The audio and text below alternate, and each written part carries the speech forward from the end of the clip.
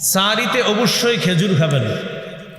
ইলিশ মাছ, গরুর গোস্ত, মাছ, মুরগি যা খান সাথে খেজুর খাবেন। কেন?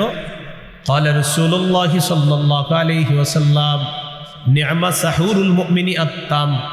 নবীজি বলেন, সাহারিতে খেজুর খাওয়া এটা মুমিনের জন্য কতই না উত্তম খাদ্য। খেজুর খাওয়া সাহারিতে, তাহলে সাহারির সময় মুমিন খেজুর খাওয়া এটা উত্তম খাদ্য। এমনিও প্রতিদিন সকালবেলা 7টা খেজুর খাওয়ার চেষ্টা করবেন। এমনি নর্মালি প্রতিদিন 7টা খেজুর খাবেন সকালে, যদি পারেন আজওয়া খেজুর 7টা খাবেন সকালে। লা ইয়াদুররুহু সুম্মুন, আজওয়া খেজুর যদি 7টা খান, বিষও যদি আপনার পেটে কেউ দেয়, বিষও আপনার ক্ষতি করবে না। আবার আপনি খায়েন না বিষ, মানে এটা একটা গুরুত্ব বুঝাইল হাদিসের মধ্যে। আপনি খেজুর 7টা খায়া আবার বিষ খায়েন না। তো বলছিলাম নিয়মিত খেজুর খাবেন। খেজুর, মধু, কালিজিরা এগুলো ঘরে রাখবেন সবসময়। খেজুর, মধু, কালিজিরা এগুলো ঐতিহ্য। বাচ্চাকে যতটুকু পারেন নিয়মিত একটু একটু খেজুর খাওয়াবেন সন্তানদেরকে। মেধা বাড়বে, মেধা ভালো থাকবে। আল্লাহ আমাদেরকে কথাগুলো মনে রাখার তৌফিক দান করেন। গর্ভবতী স্ত্রীকে খেজুর খাইতে দিবেন। দেখেন ঈসা আলাইহিস সালাতু ওয়াস সালামের আম্মা মারিয়াম, তিনি যখন গর্ভবতী হলেন, আল্লাহ তাআলা তাকে এক গাছের নিচে বসায়া দিলেন। বললেন, তুমি এখান থেকে পানি পান করবা আর গাছের খেজুর খাইবা। বলেন তো আল্লাহ কোন খাদ্যটা নির্বাচন করেছেন? খেজুর। তাহলে খেজুর কত খাদ্য ছিল, কিন্তু আল্লাহ কোন খাদ্য নির্বাচন করছে? খেজুর। এখান থেকে বোঝা যায় গর্ভবতী নারী যারা, তাদেরকে খেজুর দিবেন। এরা খায় তেঁতুল, পরে মেধা নষ্ট হয় বাচ্চার। হ্যাঁ, তেঁতুল খাইলে তো মেধাই নষ্ট হবে। খাবেন খেজুর, মেধা বাড়বে। সন্তান আপনার স্ত্রীর পেটে থাকলে তেঁতুল খাইতে দিবেন না, খেজুর খাইতে দিবেন। আল্লাহ কথাগুলো গুরুত্ব সহকারে মনে রাখার তৌফিক দান করেন। কুল হিয়া মাওয়াকিতু লিন-নাসি ওয়াল হজ। আপনি বলেন, নতুন চাঁদ মানুষের বিভিন্ন আমলের হিসাব রাখার জন্য, বিশেষ করে হজের সময় নির্ধারণ করার জন্য হলো নতুন চাঁদ। তারা আপনাকে চাঁদ সম্পর্কে জিজ্ঞাসা করে। আপনি বলেন, চাঁদ হলো মানুষের বিভিন্ন কাজের সময় নির্ধারণ করার জন্য, বিশেষ করে হজের সময় নির্ধারণ করার জন্য চাঁদ। এটা শাবান মাস। শাবান মাসের হিসাবগুলা গনে গনে গণনা করা। নবীজি শাবান মাসের হিসাব গুরুত্ব সহকারে রাখতেন। আবু দাউদের হাদিস, 2325 নম্বর হাদিস। আয়েশা সিদ্দিকা রাদিয়াল্লাহু তাআলা আনহার বর্ণনা, তিনি বলেন, কানা রাসূলুল্লাহ সাল্লাল্লাহু আলাইহি ওয়াসাল্লাম ইয়াতাহাফফাজু মিন শাবান মা লা ইয়াতাহাফফাজু মিন গায়রিহি। রাসূলুল্লাহ সাল্লাল্লাহু আলাইহি সাল্লাম অন্যান্য মাসের চাইতে শাবান মাসের হিসাব গুরুত্ব সহকারে রাখতেন। ভালো করে এটার হিসাবটা গণনা করে রাখতেন। সুম্মা ইয়াসুমু লিরুইয়াতি রমাদান, এরপর রমজানের চাঁদ দেখে রোজা রাখতেন। ফাইন গুম্মা আলাইহি ফাআদ্দা সালাসিনা ইয়াওমান সুম্মা সামা। আকাশ যদি মেঘাচ্ছন্ন হতো তাহলে তিনি 30 দিন গণনা করেন। এই 30 দিন গণনা করার পর এরপর রোজা রাখতেন। আকাশ মেঘাচ্ছন্ন হলে 30 দিন গণনা করতেন শাবান মাস, তারপর রোজা রাখতেন। তাহলে শাবান মাসের হিসাব রাখতেন অন্যান্য মাসের চেয়ে বেশি। রমজানের চাঁদ দেখে রোজা রাখতেন। শাবান মাসের শেষের দিকে যদি আপনার মেঘাচ্ছন্ন হয় আকাশ, তো তিনি কয়দিন গণনা করতেন? 30 দিন গণনা করে তারপর রোজা রাখতেন। এখন তো মাশাআল্লাহ চাঁদের ব্যাপারে আর অতটা সমস্যা হয় না। এখন কত প্রযুক্তি বের হয়েছে, আল্লাহ তাআলা আমাদের জন্য সহজ করে দিয়েছেন। এখন এই হলো আপনার শাবান মাসের হিসাবগুলা রাখবো। কথা হলো কেন হিসাব রাখবো? গণনা করে। আমাদের নবীজি হিসাব রাখতেন গুরুত্ব সহকারে, তাই আমরাও রাখবো। তাহলে একটা সুন্নাহ আদায়ের সওয়াব হয়ে যাবে।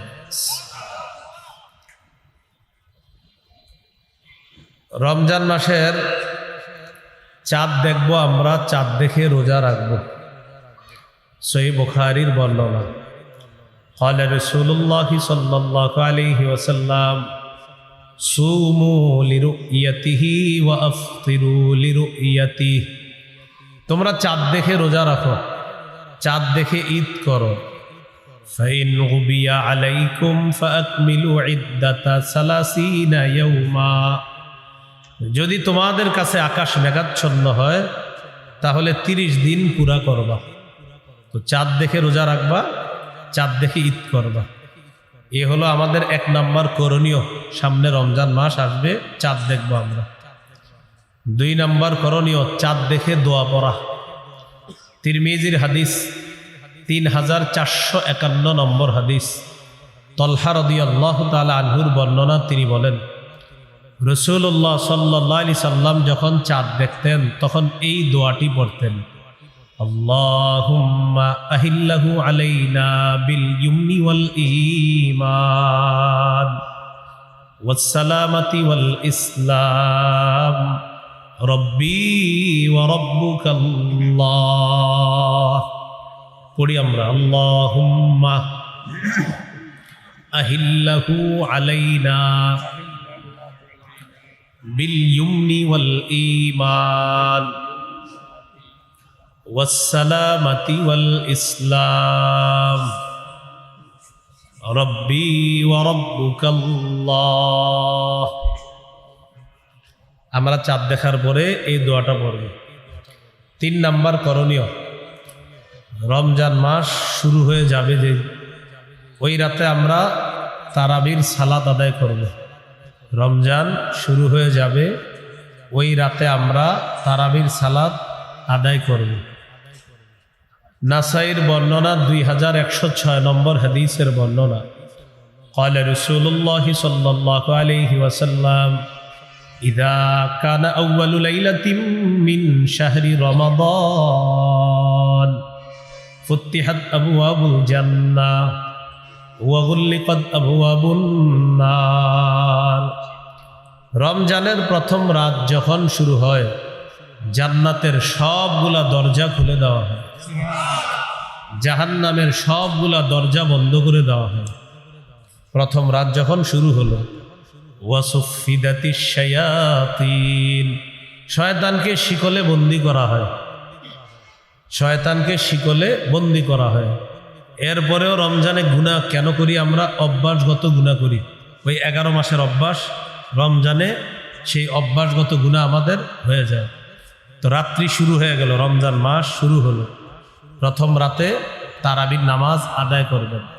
সহিহ বুখারীর বর্ণনা 1902 নম্বর হাদিস, 1902, قال رسول الله صلى الله عليه وسلم من قام رمضان إيمانا واحتسابا غفر له ما تقدم من ذنبه। রাসূলুল্লাহ সাল্লাল্লাহু আলাইহি ওয়াসাল্লাম বলেন, যে ব্যক্তি ঈমানের সাথে এবং সওয়াবের আশায় রাতের বেলা সালাত আদায় করবে, রমজানে রাতের বেলা সালাত আদায় করবে, তারাবির সালাত আদায় করবে, অতিরিক্ত নামাজগুলা পড়বে, তার আগের সবগুলা গুনাহ মাফ করে দেওয়া হবে। তাহলে প্রথম রাতে 3 নাম্বার করণীয় আমাদের কি পড়া? তারাবি। 1 নাম্বার আমরা চাঁদ দেখব, 2 নাম্বার দোয়া পড়ব, 3 নাম্বার তারাবি পড়ব, 4 নাম্বার কোরআন তেলাওয়াত করা, তারাবির নামাজে কোরআন তেলাওয়াত করা। 21 নম্বর পারা শুরু হয়েছে সূরা আনকাবুতের 45 নম্বর আয়াত দিয়ে। আল্লাহ তাআলা বলেন, উতলু মা উহিয়া ইলাইকা মিনাল কিতাবি ওয়া আকিমিস সালাহ। উতলু মা উহিয়া ইলাইকা মিনাল কিতাব, নবী আপনার কাছে কিতাবের যে ওহী আসে এটা আপনি তেলাওয়াত করেন। আমাদের নবীকে আল্লাহ তেলাওয়াত করার হুকুম করলেন, আমরা তেলাওয়াত করব। বলি ইনশাআল্লাহ। নিয়মিত 3টি আমল করার চেষ্টা করব সবাই। কয়টি? নিয়মিত মরণ পর্যন্ত, যতদিন আমাদের শরীর ঠিক থাকবে, সুস্থ থাকব, সুস্থ মস্তিষ্কে আমরা দুনিয়াতে আল্লাহ যতদিন আমাদেরকে রাখবেন, নিয়মিত কয়টি কাজ অবশ্যই করার চেষ্টা করব। বলেন, কোরআন তেলাওয়াত, 5 ওয়াক্ত নামাজ, সাধ্য অনুযায়ী দান সদকা, 1 নাম্বার। 2 নাম্বার। 3 নাম্বার দান সদকা। সূরা ফাতিরের 30 নম্বর আয়াতে আল্লাহ বলেন, 29-30 নম্বর আয়াতে আল্লাহ বলেন, ইন্নাল্লাযীনা ইয়াতলুনা কিতাবাল্লাহ ওয়া আকামুস সালাহ ওয়া আনফাকু মিম্মা রাযাকনাহুম সিররাও ওয়া আলানিয়াহ ইয়ারজুনা তিজারাতান লান তাবুর। নিশ্চয়ই যারা কোরআন তেলাওয়াত করবে, ওয়া আকামুস সালাহ, নামাজ কায়েম করবে, ওয়া আনফাকু মিম্মা রাযাকনাহুম সিররাও ওয়া আলানিয়া, যারা গোপনে প্রকাশ্যে আল্লাহর রাস্তায় দান করবে, ইয়ারজুনা তিজারাতান লান তাবুর, তারা এমন ব্যবসার কামনা করে যে ব্যবসায় কোনো লস নাই, লাভ আর লাভ, যে ব্যবসা কখনো ধ্বংস হবে না। নিয়মিত কোরআন তেলাওয়াত, নিয়মিত 5 ওয়াক্ত নামাজ, নিয়মিত আল্লাহর রাস্তায় দান করা, এর 1 নাম্বার উপকার, এই ব্যবসায় কোনো লস নাই। 2 নাম্বার উপকার, লিইউয়াফিয়াহুম উজুরাহুম, আল্লাহ যেন তাদেরকে পরিপূর্ণ প্রতিদান দান করেন। আল্লাহ এই 3 গুণ সম্পন্ন মানুষকে পরিপূর্ণ প্রতিদান দিবেন। 3 নাম্বার, ওয়ায়াজিদাহুম মিন ফাদলি, আল্লাহ তাদেরকে আপন অনুগ্রহ, ইয়াজিদাহুম, তাদেরকে বৃদ্ধি করে দিবেন, ভরপুর দান করবেন, প্রতিনিয়ত তাদেরকে অনুগ্রহ বাড়াইতেই থাকবেন আল্লাহ। তাহলে নিয়মিত কয়ামত, কোরআন তেলাওয়াত, 5 ওয়াক্ত নামাজ, আর সাধ্য অনুযায়ী দান সদকা করা, আল্লাহ তৌফিক দান করেন। তাহলে আমাদের 4 নাম্বার কাজ কোরআন তেলাওয়াত করা, তারাবিতে 1 খতম কোরআন পড়ার চেষ্টা করা, না পারলে অন্তত সূরা যেগুলা মুখস্থ আছে এগুলা দিয়ে তারাবির সালাত আদায় করা। তারাবির নামাজ 20 রাকাত পড়বেন, সাহাবায়ে কেরামের ঐক্যমতে তারাবি 20, এই 20 রাকাতের উপর সাহাবায়ে কেরামের ইজমা, ঐক্যমত। ইসলামী শরীয়তের মূল দলিল হলো 4টা, কোরআন সুন্নাহ, 3 নাম্বার হলো কোরআন সুন্নাহ থেকে উচ্চারিত ইজমা, 4 নাম্বার কোরআন সুন্নাহ থেকে উচ্চারিত কিয়াস। মূল দলিল 2টা, কোরআন সুন্নাহ, এই 2টা থেকে আরো 2টা বের হয়, ইজমা, কিয়াস। এই মূল হলো কয়টা? 4টা। তারাবির নামাজ 20 রাকাত, এটা সাহাবায়ে কেরামের ইজমা, ঐক্যমত। 20 রাকাত তারাবি ধীরস্থির ভাবে আমরা পড়ার চেষ্টা করব, আল্লাহ তৌফিক দান করেন। তো 3 নাম্বার তারাবি, 4 নাম্বার তেলাওয়াত। তেলাওয়াত করব তো আমরা ইনশাআল্লাহ, আল্লাহ তৌফিক দান করেন। তিরমিজির হাদিস, 2909 নম্বর হাদিস, قال رسول الله صلى الله عليه وسلم خيركم من تعلم القرآن وعلمه। রাসূলুল্লাহ সাল্লাল্লাহু আলাইহি সাল্লাম বলেন, তোমাদের মধ্যে সর্বোত্তম ওই ব্যক্তি যে কোরআন শিখে অন্যকে শিখায়। তিরমিজির 2910 নম্বর হাদিস, قال رسول الله صلى الله عليه وسلم من قرأ حرفا من كتاب الله فله به حسنة والحسنة بعشر أمثالها। যে ব্যক্তি কোরআনের একটি অক্ষর উচ্চারণ করবে, তেলাওয়াত করবে, পড়বে, আল্লাহ তাআলা তার আমলনামায় 10টি নেকি লিপিবদ্ধ করে দেবেন। কয়টা নেকি? কয় নেকি? আবার সুবহানাল্লাহ পড়েন, আবার পড়েন। এই হাদিসটা যতবার শুনছেন জীবনে ততবার কি পড়ছেন? সুবহানাল্লাহ পড়ছেন। কিন্তু এই সুবহানাল্লাহ পড়ার পর কোরআন পড়া ধরছেন কয়জন? এই যে শুনলেন, 1 অক্ষর বললে কয় নাকি, এরপরে সাথে সাথে কি পড়ছি আমরা? এটার সওয়াব আছে। এখন সুবহানাল্লাহ তো পড়লাম, কিন্তু এটা পড়ার পরে কোরআন পড়া শুরু করছেন কারণ, না হলে 500 বার সুবহানাল্লাহ পড়ছেন এই হাদিসটা শুই না, 500 মাহফিল আপনার জীবনে, বা কারো 50টা, কারো 100টা মাহফিলে এইটা শুনছেন। এটা কমন, এই বিষয়ে বলা হয় প্রায় মাহফিলে, যে কোরআনের একটা অক্ষর বললে 10 নেকি। আমরা সবাই পুরা ফাটায় ফেলছি সুবহানাল্লাহ পড়ে, হ্যাঁ, কিন্তু কয়জন পড়া শুরু করলাম কোরআন? আল্লাহ আমাদের সকলকে সুবহানাল্লাহ বলার পাশাপাশি যেই কারণে সুবহানাল্লাহ পড়লাম ওইটা যেন নিয়মিত চর্চা করতে পারি, আল্লাহ তৌফিক দান করুন। মনে থাকবেন ইনশাআল্লাহ। এইগুলো 4 নাম্বার। 5 নাম্বার, সাহারির সময় উঠা তাহাজ্জুদ পড়বেন 8 রাকাত। কয় রাকাত তাহাজ্জুদ পড়বেন? তাহাজ্জুদ নবীজির 12 মাসের আমল। নবীজি 12 মাস 8 রাকাত তাহাজ্জুদ পড়তেন। তারাবি হলো রমজানের আলাদা আমল। তারাবি 20 রাকাতের উপর সাহাবায়ে কেরামের ঐক্যমত। এটা প্রথম রাতে পড়বেন। সাহারির সময় যেহেতু আল্লাহ আপনাকে উঠিয়ে দিবেন, এই জন্য সাহারির সময় 8 রাকাত তাহাজ্জুদ পড়বেন। দেখেন এই কথাটা বুখারীর বর্ণনা যে নবী 12 মাস 8 রাকাত তাহাজ্জুদ পড়তেন। অতএব আল্লাহ যেহেতু আপনাকে সাহারির সময় উঠাবেন, আপনি 8 রাকাত তাহাজ্জুদ পড়েন। না পারলে 6 রাকাত, না পারলে 4 রাকাত, না পারলে 2 রাকাত। 2 রাকাত যেন আপনার না ছুটে, 2 রাকাত যেন না ছুটে। মনে থাকবে তো ইনশাআল্লাহ। তিরমিজির হাদিস 2616 নম্বর হাদিস। এই হাদিসের মধ্যে আছে কল্যাণের অনেকগুলা দরজা, এর মধ্যে উল্লেখযোগ্য কল্যাণের দরজা 3টা। কল্যাণের উল্লেখযোগ্য দরজা কয়টা? 3টা। 1 নাম্বার আস-সাওমু জুন্নাহ, 1 নাম্বার কল্যাণের দরজা হলো রোজা রাখা।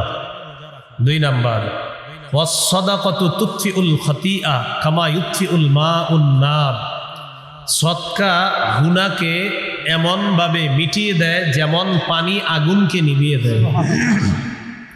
সদকা গুনাহকে এমনভাবে মিটিয়ে দেয় যেমন পানি আগুনকে নিভিয়ে দেয়। তাহলে এটা হলো 2 নাম্বার কল্যাণের দরজা। কল্যাণের 3 নাম্বার দরজা ওয়া সালাতুর রাজুলি মিন জাওফিল লাইল, রাতের বেলা তাহাজ্জুদ পড়া। আল্লাহ আমাদের সকলকে কল্যাণের এই 3টা দরজা অবলম্বন করার তৌফিক দান করেন। বলেন তো কল্যাণের উল্লেখযোগ্য অন্যতম দরজা কয়টা? 1 রোজা, 2 নাম্বার সদকা, 3 নাম্বার তাহাজ্জুদ। 1 নাম্বার রোজা, 2 নাম্বার সদকা, 3 নাম্বার তাহাজ্জুদ। মনে থাকবেন ইনশাআল্লাহ। তাহলে রমজানের 5 নাম্বার কাজ, সাহারির সময় উঠে 8 রাকাত তাহাজ্জুদ নামাজ পড়ব। 8 রাকাত না পারলে 6 রাকাত, 6 রাকাত না পারলে 4 রাকাত, 4 রাকাত না পারলে অন্তত 2 রাকাত। 2 রাকাত যেন ছুটে না যায়, আল্লাহ তৌফিক দান করেন। এইগুলো 5 নাম্বার আমল। 6 নাম্বার করণীয়, সাহারি খাবেন। কেউ নিজের পালোয়ানগিরি সাজাইতে চায় না যে আপনি আগামীকাল বলবেন আমি না খায়া রোজা রাখছি, এরকম দরকার নেই। আপনি খাইয়েই রোজা রাখেন। আমাদের নবী সাহারি খেয়ে রোজা রাখতেন, অতএব আপনিও খায়া রাখেন। সহিহ বুখারীর বর্ণনা 1921 নম্বর হাদিস।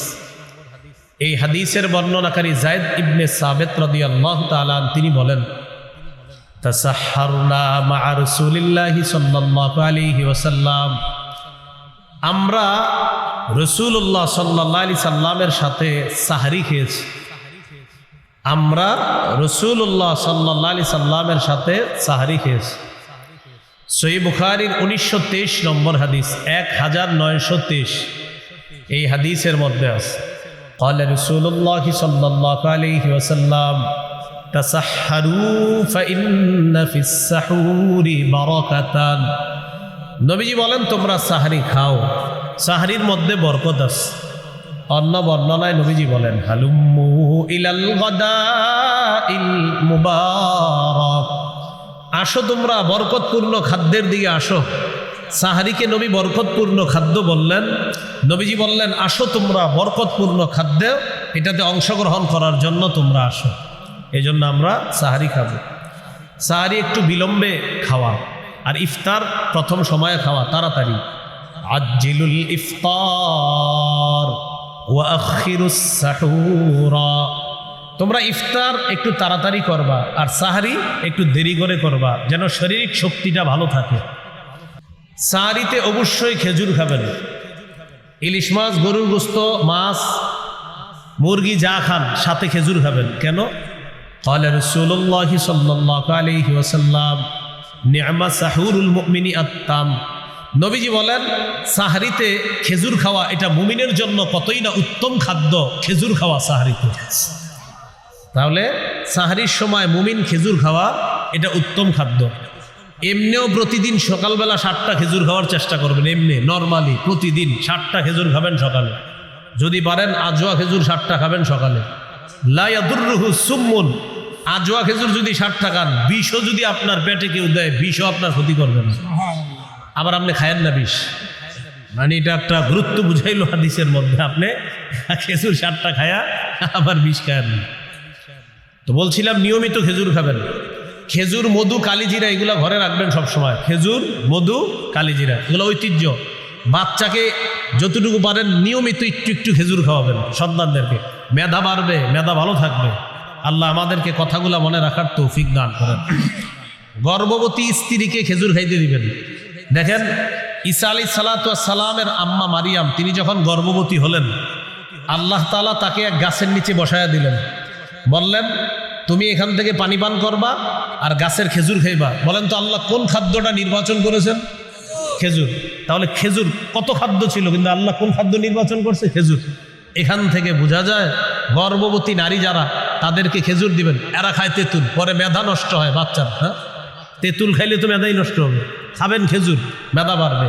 সন্তান আপনার স্ত্রীর পেটে থাকলে তেঁতুল খাইতে দিবেন না, খেজুর খাইতে দিবেন। আল্লাহ কথাগুলো গুরুত্ব সহকারে মনে রাখার তৌফিক দান করেন। তাহলে আসেন মূল আলোচনায় চলে আসে।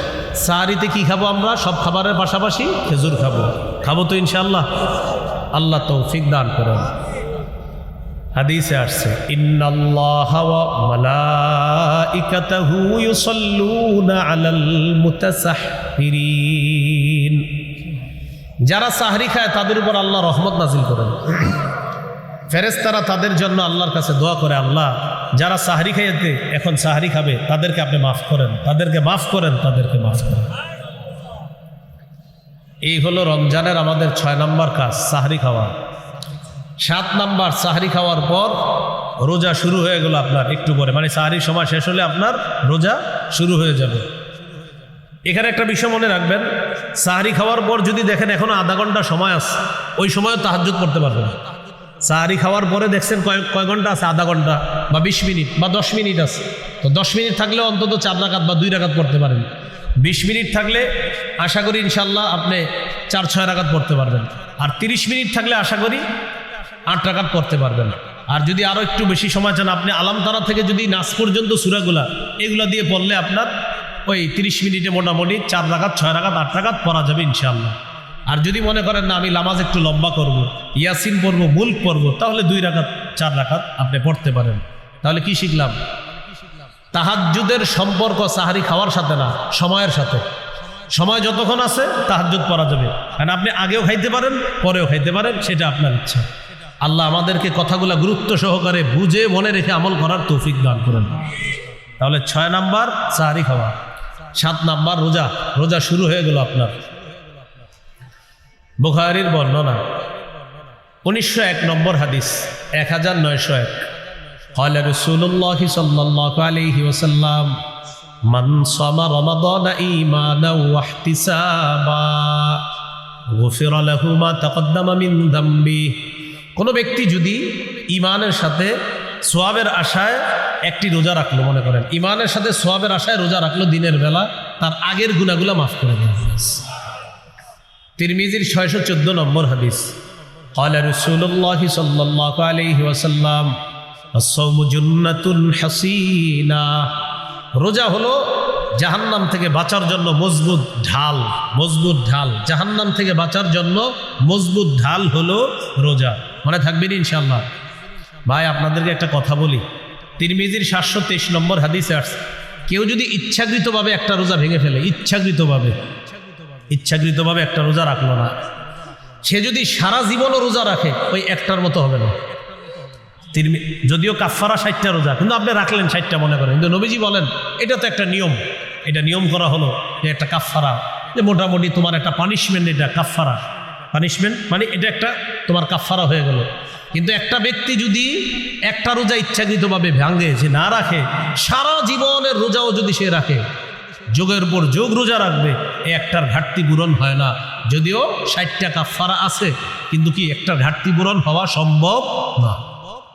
এই জন্য রোজা কেউ ভাঙেন না, আল্লাহর রাস্তায় কেউ রোজা ভাঙবে না, বলেন ইনশাআল্লাহ। এই হলো 7 নাম্বার, রোজা রাখবো। 8 নাম্বার দান করা। সহিহ বুখারীর 6 নম্বর হাদিসের বর্ণনা, কানা রাসূলুল্লাহি সাল্লাল্লাহু আলাইহি ওয়াসাল্লাম আজওয়াদান নাস ওয়া কানা আজওয়াদা মা ইয়াকুনু ফি রমাদান হিনা ইয়ালকাহু জিবরিল। এই পৃথিবীতে যত মানুষ আছে সব মানুষের মধ্যে সর্বশ্রেষ্ঠ দানশীল ছিলেন মুহাম্মদ সাল্লাল্লাহু আলাইহি ওয়াসাল্লাম। রমজান মাসে নবীজির দান করাটা আরো বেড়ে যেত, এজন্য আমরা দান করব। সূরা মুনাফিকুনের 10 নম্বর আয়াতে আল্লাহ বলেন, ওয়া আনফিকু মিম্মা রাযাকনাকুম মিন ক্বাবলি আইয়াতিয়া আহাদাকুমুল মাউত। আল্লাহ তাআলা বলেন, তোমাদের কারো কাছে মৃত্যু আসার আগেই তোমরা আমার দেওয়া রিজিক থেকে খরচ করো। তোমাদের কাছে মৃত্যু আসার আগে আমার দেয়া রিজিক থেকে তোমরা খরচ করো, দান করো। তাহলে রমজান মাসে ইনশাআল্লাহ দান করব, বলেন ইনশাআল্লাহ। এগুলো 8 নাম্বার। 9 নাম্বার করণীয়, বলেন নফল ইবাদত বেশি বেশি করব। বলেন ফরজ তো ছাড়ার প্রশ্নই আসে না, নফল ইবাদত বাড়িয়ে দিব। তাহলে রমজান মাসে ফরজ তো ছাড়ার প্রশ্নই আসে না, নফল ইবাদত কি করব? বাড়িয়ে দিব। করবো তো ইনশাআল্লাহ। আবু দাউদের 864 নম্বর হাদিস, এই হাদিসের মধ্যে আছে, ক্বালা রাসূলুল্লাহি সাল্লাল্লাহু আলাইহি ওয়াসাল্লাম, ইন্না আউওয়ালা মা ইউহাসাবুন নাসু বিহি ইয়াউমাল কিয়ামাতি মিন আমালিহিম আস-সালাহ। কিয়ামতের ময়দানে, কিয়ামতের দিন মানুষের আমলের মধ্যে সর্বপ্রথম হিসাব হবে নামাজের। কিয়ামতের দিন মানুষের আমলের মধ্যে সর্বপ্রথম হিসাব হবে নামাজের। আর বান্দার হকের ক্ষেত্রে সর্বপ্রথম হিসাব হবে রক্তের। আমি ওনারে একটা ঘুষি মারছি, এটা বান্দার হক নষ্ট করা। আমি তার রক্তপাত ঘটাইছি, এটা বান্দার হক নষ্ট করা। আল্লাহর হকের ক্ষেত্রে সর্বপ্রথম হিসাব হবে নামাজের, আর বান্দার হকের ক্ষেত্রে সর্বপ্রথম হিসাব হবে রক্তের। আল্লাহর হকের ক্ষেত্রে সর্বপ্রথম হিসাব হবে নামাজের, আর বান্দার হকের ক্ষেত্রে সর্বপ্রথম হিসাব হবে রক্তের। একজন আরেকজনের রক্তপাত ঘটাইছে অন্যায়ভাবে, এটার হিসাব হবে। তো যাই হোক, কিয়ামতের ময়দানে সর্বপ্রথম আমলের মধ্যে নামাজের হিসাব হবে। তো নামাজের হিসাব যখন হবে, ফাইন কানাত তাম্মা কুতিবাত লাহু তাম্মা। নামাজ যদি পরিপূর্ণ হয় তাহলে লেখা হবে পরিপূর্ণ। সুবহানাল্লাহ। নামাজ যদি পরিপূর্ণ হয় লেখাও হবে পরিপূর্ণ। ওয়া ইন কানা ইনতাকাসা মিনহা শাইআ। ফরজের মধ্যে যদি কিছু ঘাটতি হয়ে যায়, কিছু ত্রুটি হয়ে যায়, ফরজের মধ্যে কিছু ঘাটতি হয়ে যায়, ফরজ নামাজের মধ্যে আমাদের দ্বারা অসতর্কতা বশত কিছু অলসতা যদি হয়ে যায়, এই ফরজের ঘাটতি যদি হয়ে যায়, ইয়াকুলু রব্বুনা তাবারাকা ওয়া তাআলা লিমালাইকাতিহি, আল্লাহ তাআলা ফেরেশতাদেরকে বলবেন, উনজুরু ফি সালাতি আবদি। আল্লাহ ফেরেশতাদেরকে বলবেন, আমার বান্দার নামাজগুলোর প্রতি একটু লক্ষ্য করো, দেখো তো আমার বান্দার নামাজের মধ্যে নফল ইবাদত কেমন আছে, এগুলো একটু দেখো। আতিম্মু ফরিদাতাহু মিন তাতাব্বুইহি, তার নফলের মাধ্যমে ফরজের ঘাটতি পূরণ করে দাও। তাহলে রমজান মাসে নফল ইবাদতের মাত্রা বাড়িয়ে দিব, বলেন ইনশাআল্লাহ। 10 নম্বর করণীয়, ভালো কাজ যত বেশি করব। 10 নম্বর, ভালো কাজ বেশি বেশি করব। সূরা কাহফের মধ্যে আল্লাহ বলেন, ইন্নাল্লাযীনা আমানু ওয়া আমিলুস সালিহাত কানাত লাহুম জান্নাতুল ফিরদাউসি নুজুলা। নিশ্চয়ই যারা ঈমান আনে, নেক কাজ করে, তাদের জন্য মেহমানখানা হিসাবে জান্নাতুল ফিরদাউস। সুবহানাল্লাহ। ঈমান আনে, নেক কাজ করে, মেহমানখানা হিসাবে জান্নাতুল ফিরদাউস। সূরা কাহফের 110 নম্বর আয়াতে আল্লাহ বলেন, ফামান কানা ইয়ারজু লিকা রাব্বিহি ফালইআমাল আমালান সালিহা। যে ব্যক্তি তার রবের সাক্ষাৎ কামনা করে সে যেন নেক কাজ করে। ওয়ালা ইউশরিক বিইবাদাতি রাব্বিহি আহাদা, তার রবের ইবাদতে যেন কাউকে শরীক না করে। সূরা তাগাবুনের 9 নম্বর আয়াত, 28 পারা 16 নম্বর পৃষ্ঠা আল্লাহ বলেন, ওয়ামাই ইউমিন বিল্লাহ ওয়া ইয়ামাল সালিহা يكفر عنه سيئاته ويدخله جنات تجري من تحتها الأنهار خالدين فيها أبدا ذلك الفوز العظيم যারা আল্লাহকে বিশ্বাস করে নেক কাজ করে আল্লাহ তার আগের সমস্ত গুনাহগুলো মিটিয়ে দিবে, মাফ করে দিবে, সব মাফ করে দিবে। তাকে এমন বাগান সমূহে প্রবেশ করাবেন যেই বাগানের পাদদেশ দিয়ে নহর সমূহ ঝর্ণা ধারা প্রবাহিত হবে, সেথায় তারা চিরকাল অবস্থান করবে। এটাই চূড়ান্ত সফলতা। তাহলে 10 নাম্বার ভালো কাজ বেশি করা। 11 নাম্বার বলেন বেশি বেশি দোয়া করা। কি করা? আমিও আপনাদের জন্য দোয়া করব, আপনারাও আমার জন্য করবেন। হলো ইনশাল্লাহ? সবাই সবার জন্য করব ইনশাল্লাহ। সবাই সবার আত্মীয় স্বজনের জন্য দোয়া করব ইনশাআল্লাহ। হাদিসে আছে ওয়ালিল্লাহি উতাকাউ মিনান নার ওয়া যালিকা ফি কুল্লি লাইলা, রমজানের প্রতি রাতে অসংখ্য অগণিত জাহান্নামীকে জাহান্নাম থেকে মুক্তি দেওয়া হয়। তো দোয়া করবেন, আল্লাহ আমার কেউ জাহান্নামী আছে কিনা আমার জানা নাই, আল্লাহ থেকে থাকলে আপনি মুক্তির ব্যবস্থা করে দেন। দোয়াটা করা যাবেন ইনশাআল্লাহ। আর 2টি দোয়া বেশি বেশি করবেন, পড়ি আমার সাথে। আল্লাহুম্মা ইন্নী আসআলুকাল জান্নাহ ওয়া আউযু বিকা মিনান নার। হে আল্লাহ, আপনার কাছে জান্নাত চাই, জাহান্নাম থেকে পানা চাই। এই 2টি দোয়া বেশি বেশি করব ইনশাআল্লাহ। আল্লাহ তাআলা বলেন ওয়াকালা রাব্বুকুম উদউনি আস্তাজিব লাকুম, তোমাদের রব বলেন তোমরা আমাকে ডাকো, আমি সাথে সাথে তোমাদের ডাকে সাড়া দিই। সুবহানাল্লাহ। দোয়া করবো তো ইনশাআল্লাহ। তাহাজ্জুদের সময় একটু আমার নামটা নিয়েও দোয়া চাই আপনাদের কাছে, করবেন নি? আল্লাহ কবুল করেন, আল্লাহ তৌফিক দান করেন, আমার জন্য দোয়া করার তৌফিক দান করেন।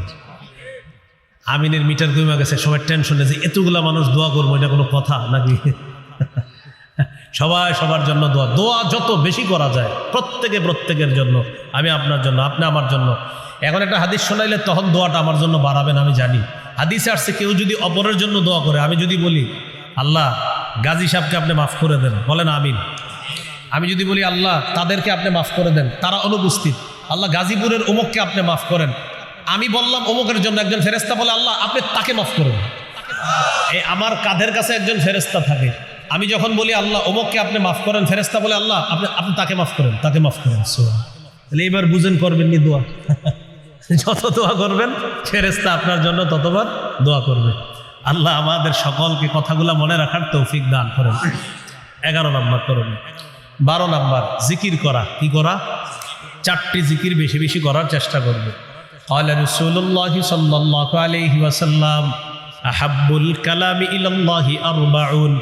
রাসূলুল্লাহ সাল্লাল্লাহু আলাইহি সাল্লাম বলেন আল্লাহর কাছে সবচেয়ে পছন্দের বাক্য হলো 4টি। সবচেয়ে পছন্দের বাক্য কয়টি?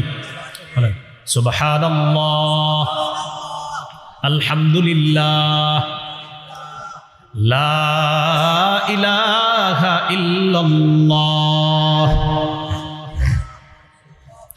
আল্লাহু আকবার।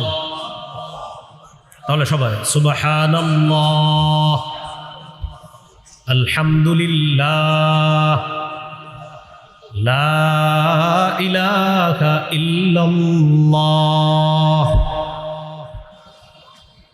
আল্লাহু আকবার।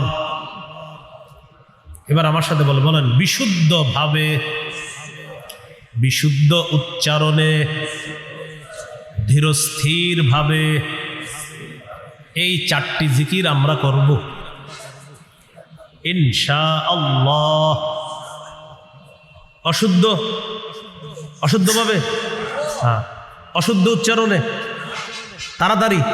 তাহলে বিশুদ্ধভাবে, বিশুদ্ধ উচ্চারণে আর ধীরস্থিরভাবে, তাড়াহুড়া করা। আপনি সুবহানাল্লাহ 10 বার বলেন আস্তে আস্তে। সুবহানাল্লাহ, সুবহানাল্লাহ, সুবহানাল্লাহ। রমজানের রাতে একা একা এইভাবে আস্তে আস্তে বলেন, দেখবেন কি মজা লাগে, আল্লাহ মজা দিয়ে দিবেন ইনশাআল্লাহ। তাহলে 12 নাম্বার জিকির করা, করবো তো ইনশাআল্লাহ। 13 নাম্বার ইফতার করা। এই তো সারাদিন কাটাইলেন, রোজা শেষ করবেন, এখন 13 নাম্বার ইফতার করা। 14 নাম্বার ইফতার করানো। 13 নাম্বার ইফতার করা, 14 নাম্বার ইফতার করানো। আপনার প্রতিবেশী যদি ধনীও হয় তার জন্য মাঝে মাঝে ইফতার পাঠাবেন, গরিবদেরকে তো পাঠাবেনই, ধনী প্রতিবেশীকেও পাঠাবেন, রোজাদারকে ইফতার করানোর সব কামাই করার জন্য পাঠাবেন। তাহলে 13 ইফতার করা, 14 ইফতার করানো। 15 নাম্বার ইফতারের সময় দোয়া করা। তিরমিজির 3598 নম্বর হাদিসের বর্ণনা, قال رسول الله صلى الله عليه وسلم ثلاثة لا ترد دعوتهم, 3 ব্যক্তির দোয়া ফেরত দেওয়া হয় না। 1 নাম্বার as-সাইমু হাত্তা ইফতিরা, রোজাদার যখন ইফতারের সময় দোয়া করে তার দোয়া ফেরত দেওয়া হয় না। 2 নাম্বার ওয়াল ইমামুল আদিল, ন্যায়পরায়ণ পুরুষ শাসকের দোয়া ফেরত দেওয়া হয় না। ন্যায়পরায়ণ পুরুষ শাসকের দোয়া ফেরত দেওয়া হয় না। 3 নাম্বার ওয়া দাওয়াতুল মাজলুম, মাজলুমের দোয়া ফেরত দেওয়া হয় না। 3 ব্যক্তির দোয়া ফেরত দেওয়া হয় না। রোজাদারের দোয়া 2 নাম্বার, ওই ব্যক্তির দোয়া যে ন্যায়পরায়ণ পুরুষ শাসকের দোয়া 3 নাম্বার, মাজলুমের দোয়া ফেরত দেওয়া হয় না। তাহলে আমরা সবাই সবার জন্য দোয়া করবো তো ইনশাআল্লাহ। দোয়ার নিয়ম হলো প্রথমে নিজের জন্য করবেন, এরপরে যারা আপনজন তাদের জন্য, এরপরে যারা আপন তাদের জন্য, এরপরে যারা তাদের জন্য, এরপর অন্যদের জন্য। আর মনে রাখবেন, অনুপস্থিত যারা তাদের জন্য যতবার দোয়া করবেন ফেরেশতা আপনার জন্য ততবার দোয়া করবেন। আল্লাহ আমাদেরকে কথাগুলা মনে রাখার তৌফিক দান করেন। 16 নাম্বার ইতিকাফ করা। 17 নাম্বার লাইলাতুল কদর তালাশ করা।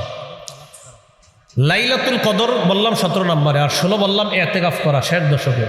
যারা লাইলাতুল কদর পেতে চান সহজে, তাদের সহজ উপায় হলো ইতিকাফ করা। সহজ উপায় কি করা? ইতিকাফ করা। সহিহ বুখারীর বর্ণনা 2033 নম্বর হাদিস। এই হাদিসের মধ্যে আসছে রাসূলুল্লাহ সাল্লাল্লাহু আলাইহি সাল্লামের স্ত্রী আয়েশা সিদ্দিকা রাদিয়াল্লাহু তাআলা আনহা বলেন, কানা রাসূলুল্লাহ সাল্লাল্লাহু আলাইহি ওয়াসাল্লাম ইয়াতাকিফু ফিল আশরিল আওয়াখির মিন রমাদান। রাসূলুল্লাহ সাল্লাল্লাহু আলাইহি সাল্লাম রমজানের শেষ দশকে ইতিকাফ করতেন।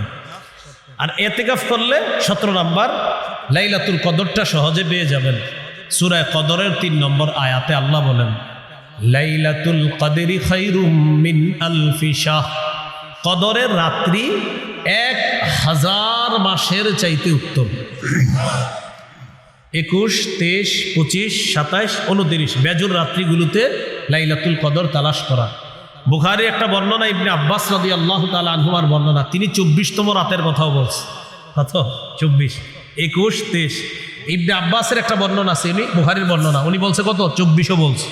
তাহলে 21, 23, 24, 25, 27, 29 এই রাত্রিগুলোতে আমরা লাইলাতুল কদর তালাশ করব, বলেন ইনশাআল্লাহ। 18 নাম্বার সদকাতুল ফিতির আদায় করা। কি আদায় করা? সদকাতুল ফিতির আদায় করে দেওয়া। ওলামায়ে কেরামের সাথে পরামর্শ করে সদকাতুল ফিতিরটা আমরা আদায় করে দেওয়ার চেষ্টা করব, বলেন ইনশাআল্লাহ। এই 18টা মৌলিক করণীয় বললাম, এগুলা মনে রেখে ইনশাআল্লাহ আমরা আমল করব। এটা হলো আজকের আলোচনার প্রথম পাঠ। দ্বিতীয় পাঠটা সংক্ষেপে বলি, বর্জনীয়। রমজান মাসে বর্জনীয়।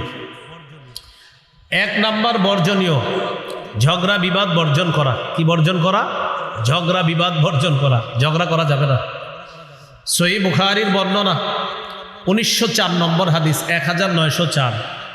এই হাদিসে আসছে, ইদা কানা ইয়াউমু সাওমি আহাদিকুম, ইদা কানা ইয়াউমু সাওমি আহাদিকুম, তোমাদের কারো রোজার দিনের বেলা যদি কেউ রোজা রাখো আর দিনের বেলা সে কি করবা না, ফালা ইয়ারফুস ওয়ালা ইয়াসখাব, অশ্লীল কথা কর্ম কাজ মন্দ কিচ্ছু করবা না, বলবা না। ফাইন সাব্বাহু আহাদুন, কেউ যদি তাকে গালি দেয়, আও কতালাহু, তার সাথে লড়াই করে, রোজাদারের সাথে যদি কেউ ঝগড়া করতে আসে, ফাল্যাকুল, সেজন্য বলে, ইন্নী সাইম, আমি রোজাদার। বুখারীর অন্য বর্ণনা আসছে সেজন্য 2 বার বলে, ইন্নী সাইম, ইন্নী সাইম। তাহলে আমাদের সাথে রোজা রাখা অবস্থায় কেউ যদি ঝগড়া করতে আসে, আমরা 2 বার বলবো, আমি রোজাদার, আমি রোজাদার। মনে থাকবেন ইনশাআল্লাহ। তাহলে ঝগড়া পরিহার করা, এটা 1 নাম্বার বর্জনীয়। 2 নাম্বার বর্জনীয়, রমজানে অনর্থক কথাবার্তা বলা যাবে না। সহিহ বুখারীর 2477 নম্বর হাদিস, রাসূলুল্লাহ সাল্লাল্লাহু আলাইহি সাল্লাম বলেন, ইন্নাল্লাহা কারিহা লাকুম সালাসা, আল্লাহ তোমাদের জন্য 3টি বিষয় অপছন্দ করেছেন। বলেন তো আল্লাহ আমাদের জন্য কয়টি বিষয় অপছন্দ করেছেন? 1 নম্বর তিলা ওয়া কল, অনর্থক কথা। 2 নম্বর ওয়া ইদাআতাল মাল, সম্পদ নষ্ট করা। 3 নম্বর অকাসরাতাস সুআল, অনর্থক প্রশ্ন করা, খালি প্রশ্ন করে আজাইরা, বেশি প্রশ্ন, এগুলো আল্লাহ অপছন্দ করেছেন। তাহলে 1 নম্বর অনর্থক কথা বলা যাবে না, 2 নম্বর সম্পদ অপচয় করা যাবে না, 3 নম্বর বেশি বেশি অনর্থক প্রশ্ন করা যাবে না। তো যাই হোক, হাদিস 1 নম্বর জানলাম আপনার ঝগড়া পরিহার করা, 2 নম্বর অনর্থক কাজকর্ম কথা পরিহার করা, 3 নম্বর মিথ্যা পরিহার করা। ভাই কি পরিহার করা? সহিহ বুখারী 1903 নম্বর হাদিস, 1903, এই হাদিসটি মন দিয়ে শুনেন। নবীজি বলেন, মান লাম ইয়াদা কাওলাজ জুর, যে ব্যক্তি মিথ্যা কথা ছাড়তে পারল না, ওয়াল আমালা বিহি, যে ব্যক্তি মিথ্যা কথা ছাড়তে পারল না, মিথ্যার উপর কাজ করা ছাড়তে পারল না, ফালাইসা লিল্লাহি হাজাতুন ফি আইয়াদা তাআমা ওয়া শারাবা, সে খাবার না খাওয়াটা, পানি না খেয়ে রোজা রাখাটা, এতে আল্লাহ তাআলার কাছে তার কোনো গুরুত্ব নাই। সে যে সারাদিন না খেয়ে রোজা রাখতেছে, সে না খেয়ে রোজা রাখতেছে, তার এই না খাওয়াটা আল্লাহর কাছে তেমন গুরুত্ব নাই, কারণ সে মিথ্যা ছাড়তে পারে না। এই জন্য ভাই মিথ্যা কথা ছেড়ে দেওয়া। আপনি মিথ্যা ছাড়তে পারেন নাই আর রোজা রাখলেন, তো বলতেছে নবীজি তুমি খাইলা না, পান করলা না, তোমার এই না খাওয়া না আর না পান করা এটা কোনো গুরুত্ব রাখে না আল্লাহর কাছে, কারণ তুমি মিথ্যা কথা ছাড়তে পারো নাই। বলেন আমার সাথে, মিথ্যা কথা সমস্ত পাপের মা।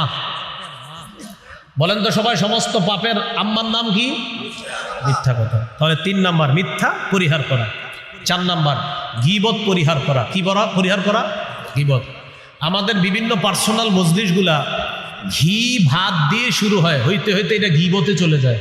শুরু হয় ঘি ভাত দিয়ে, ঘি আর ভাত তো ভালো জিনিস, আস্তে আস্তে এটা চলে যায় গীবতের দিকে। শুরু হয় ঘি ভাত দিয়ে, শেষ হয় গীবতের দিক দিয়ে। এই জন্য অনেকে আমার উপর মাঝে মাঝে কষ্ট পায়, বিভিন্ন জায়গায় বসি না দেখা। আমি আমার নিজের আত্মরক্ষা করার জন্য আমি অনেক জায়গায় বসি না, আমার দ্বারাই মনে হয় গীবত শুরু হয়ে যাবে, কারণ শুরু হবে ঘিবাত দিয়ে, শেষ হবে গীবত দিয়ে। এই জন্য আল্লাহর রাস্তায় আমি কোথাও বসি না, বসার জন্য কোথাও কেউ রিকোয়েস্ট করেন না, তাই আমি খুশি হই। তো বলছিলাম 4 নাম্বার গীবত পরিহার করা। গীবত কি করা? পরিহার করা। এই যে 4টা কথা বললাম, ঝগড়া কি দিয়ে হয়? বলেন, ঝগড়া কি দিয়ে হয়? আচ্ছা, অনর্থক কথা কি দিয়ে হয়? মিথ্যা কথা কি দিয়ে হয়? গীবত কি দিয়ে হয়? মাশাআল্লাহ। তিরমিজি 2616 নম্বর হাদিস, নবী বলেন, হাল ইয়াকুব্বুন নাস ফিন্নারি আলা হুজুহিহিম আও আলা মানাখিরিহিম ইল্লা হাসাইদু আলসিনাতিহিম, বেশিরভাগ মানুষ জাহান্নামে যাবে শুধু জিহ্বার অপরাধের কারণে, মাথাটা নিচে আর পাগুলা উপরের দিকে দিয়ে ধাক্কাইতে ধাক্কাইতে জাহান্নামে ফেলা হবে শুধু জিহ্বার অপরাধের কারণে। তিরমিজির 2410 নম্বর হাদিসের বর্ণনা, নবীজির সাহাবী সুফিয়ান রাদিয়াল্লাহু তাআলা নবীকে প্রশ্ন করলেন, মা আখওয়াফু মা তাখাফু আলাইয়া, হুজুর আমার ব্যাপারে সবচেয়ে বিপজ্জনক বিষয় কোনটা মনে করেন? নবীজি নিজের জিহ্বা মুবারক ধরে বললেন, হাযা, এটা এটা। এবার আপনারা দেখাবেন সবাই, বলেন তো আমাদের বিপজ্জনক অঙ্গ কোনটা? জিহ্বা। এবার আমার সাথে বলেন, ঝগড়া হয় কি দিয়ে? মিথ্যা হয় কি দিয়ে? অনর্থক কথা হয় কি দিয়ে? গীবত হয় কি দিয়ে? মানুষ বেশিরভাগ জাহান্নামে যায় কোন অঙ্গের কারণে? তাহলে জিহ্বা আজকে দিয়ে নিয়ন্ত্রণ করা। তাহলে বলেন, এই রমজানে বলেন খানা থেকে জিহ্বাকে বিরত রাখার পাশাপাশি কথা থেকেও বিরত রাখবো, অর্থাৎ অনর্থক কথা, মিথ্যা কথা, গীবত, এগুলা থেকেও কি রাখবো? বিরত থাকবো ইনশাআল্লাহ। হ্যাঁ, আল্লাহ তৌফিক দান করেন। 5 নম্বর বর্জনীয়, লৌকিকতা বর্জন করা। আমি সব করবো একমাত্র কার জন্য? আল্লাহর জন্য। আল্লাহ রোজার পুরস্কার দিবে, নিজে আল্লাহ দিবে না। আল্লাহ বলেছেন, ইল্লা সিয়াম ফাইন্নাহু লি ওয়া আনা আজজি বিহি, রোজা ছাড়া অন্যান্যগুলার সওয়াব লেখা হয়ে যায়, রোজার প্রতিদানটা আমি দিই, কারণ রোজা বান্দা আমার জন্য রাখে। 6 নাম্বার, অপচয় করবো না আমরা। কি করবো না ভাই? অপচয় করা থেকে আমরা বেঁচে থাকবো।